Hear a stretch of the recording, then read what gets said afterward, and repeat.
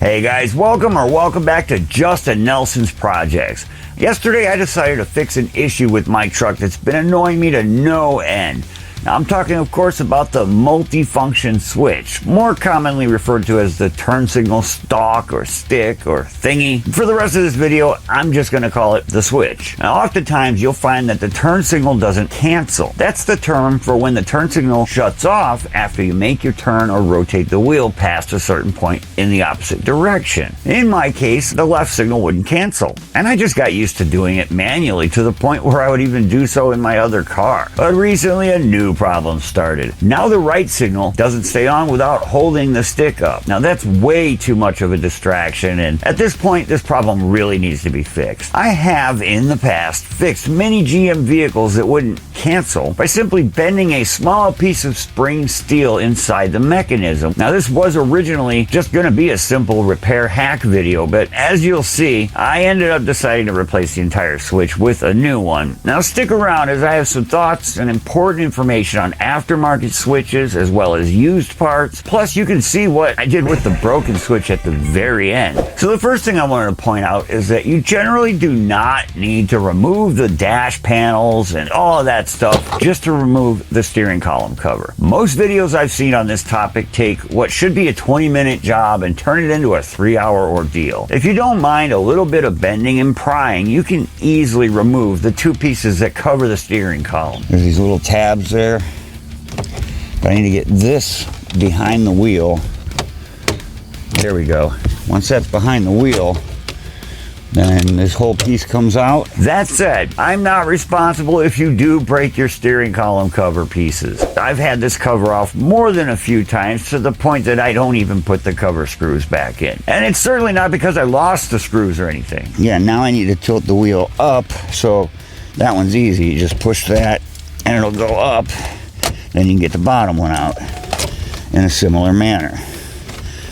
But I am working on another project, hopefully before winter. Now don't mind the wiring there. I am working on a video soon about adding a remote start to an older vehicle. That's why you'll see some extra wires tapped into the ignition wires. Just ignore that for now, but subscribe if you'd like to see me attempt that project.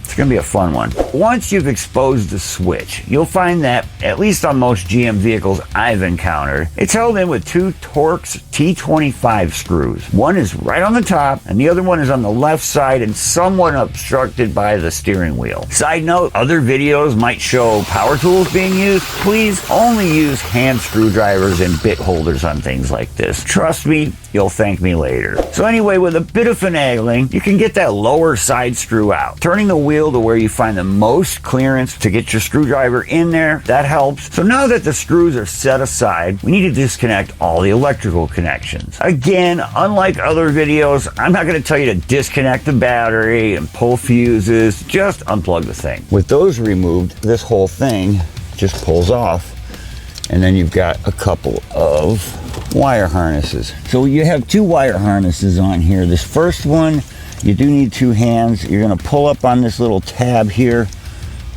very gently so as not to break it. That one goes on top for your hazards. And then this one has two. It's got this little skinny guy. I'll take a close-up picture and put it on the screen. This is probably too fat of a screwdriver for this, but I think that did it. Okay. This other wire now goes down into the dash. This needs to come undone as well. I'm hoping you can see this connector here. Now, how many connectors and which ones are present on your vehicle will totally depend on what options your vehicle comes with. If you've got fog lights, if you've got cruise control, which I think is pretty much standard, but depending on what features are on this stick, you may or may not have some of these connectors. So now, on to reinstallation. I like to get all the electrical plugs connected first. They all have a different shape and they'll only go in the correct socket the right way around, so you almost can't get this wrong. Just try not to tangle the wire bundles up around each other. Okay, so I've got the new part. This should just be a simple matter of plugging everything in. I did not realize that this little ring here is attached here. As you'll see on screen, that's why there was a gap in this spot here, because that's where that went. I had the old one apart before, attempting to fix it, and it did work for a little while. The hardest one is this CAN bus because there's very little room to get in there. We're gonna get that on there first. And click. Click is good. Let's start with this little guy here, and it goes this way. Hopefully you can see what I'm doing, but I mean, basically you're just putting everything on the new one where you found it on the old one. And the hazards are on. Good. Okay. So, key has to be on. So, ignore the dinging. It should stop in a moment, but left turn signal. And when you turn the wheel to cancel, it cancels. Right turn signal cancels. So, windshield wipers, squirters. Can't test the cruise control just yet, but we'll get to that. So that means everything's working. Next, get the top of the mechanism located first. You'll feel it kind of click into that little square. You have to do the top first because this little inset fits on this guy. Now that that's in place, I can go ahead and put this screw. Ah, I see. I needed to lift it just a little, and now it's lined up with the hole. We'll get the top screw in, and I'll show you another quick little pointer after I get this guy in. Okay, so that's tight and snug, and just gently.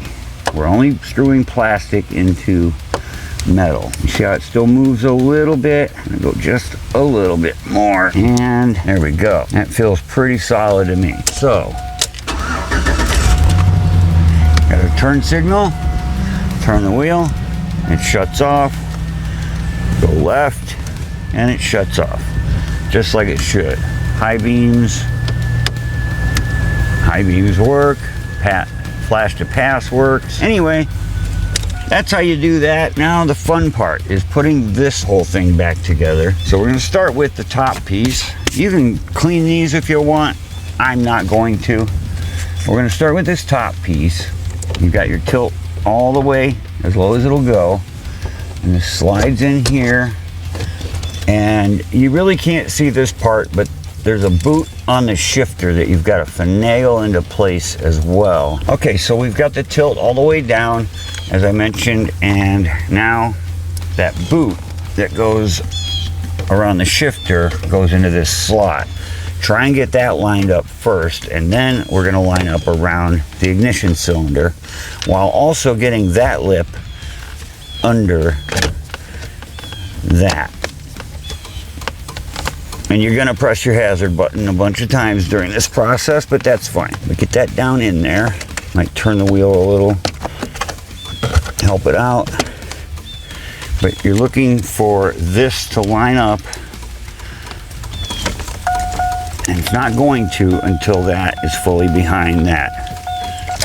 Okay, let me just take the key out for the moment. So get this in place. There we go. Once it's fully under there, now we can worry about getting that where it needs to be. And that's close enough for right now, because when we get the bottom piece on, it'll all come together.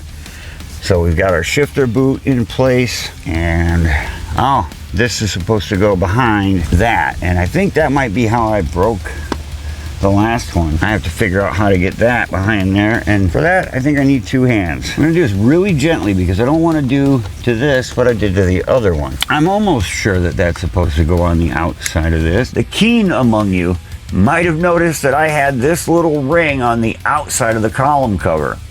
It's been like that for so long I didn't even realize it was wrong.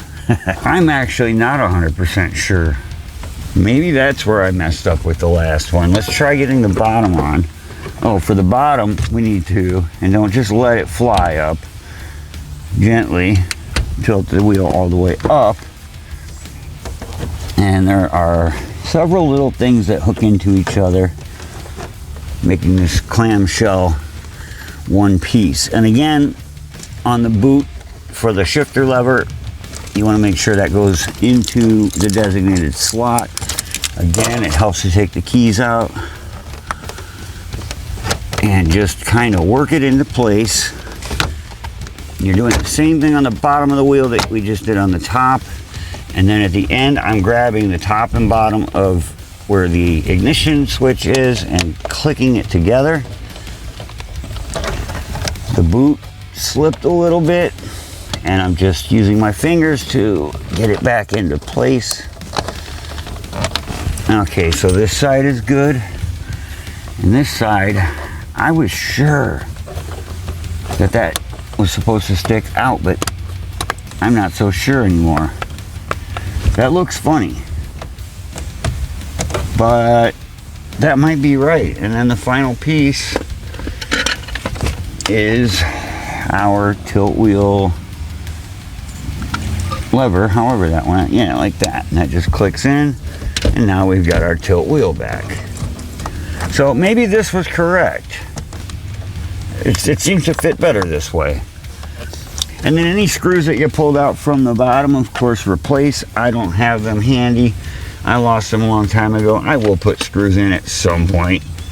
But I'm just happy that I could do that, and it'll stay there. And when I turn the wheel enough, it'll turn it off. Same with the left. Turn it enough. There we go. Problem solved. So now with all of that done, let's talk about aftermarket parts. In many cases, a cheap replacement part from O'Reilly's or AutoZone or Advance or wherever will do just fine, but certain parts really should be of a higher quality if you want them to last, especially something with as many moving parts and electrical connections as that multifunction switch. I bought this truck in 2020. It already had an aftermarket switch. I could tell just by how white the lettering and symbols were on it. And it failed within a few months, so I replaced it. A couple years later, I had to remove it and do that spring trick I mentioned earlier. That did work for a while. Now I'm on at least the third replacement switch. This time, I decided to go to Napa for the replacement part. Now, it's still not an OEM or original AC Delco part, but it is a Napa brand called Echlin, E-C-H-L-I-N. I'll throw the logo on the screen, no affiliation or anything. But it is a Napa brand, and it actually has a 3-year warranty, so make sure you save that receipt. Whether you go new or used, here's some things to keep in mind when purchasing a replacement switch. First of all, make absolutely sure that the replacement has all the exact same features and buttons as your original. If you don't have cruise control, for example, make sure the replacement doesn't have those buttons. This also applies to used parts, of course. But another note on that, make sure wherever you source your used parts from is reputable, someone you trust, and they'll let you return or replace it if it turns out to also be bad. On that note, I think I've covered just about everything I can think of. Please comment below if I missed anything, and let us all know. Let the community know if this helped at all. Be sure to like, comment, subscribe, share, join, become a patron, buy me a coffee, do the hokey pokey, and turn yourself around, and all that other YouTuber stuff. Seriously, thanks so much for watching. Hopefully, you'll see me in the next one.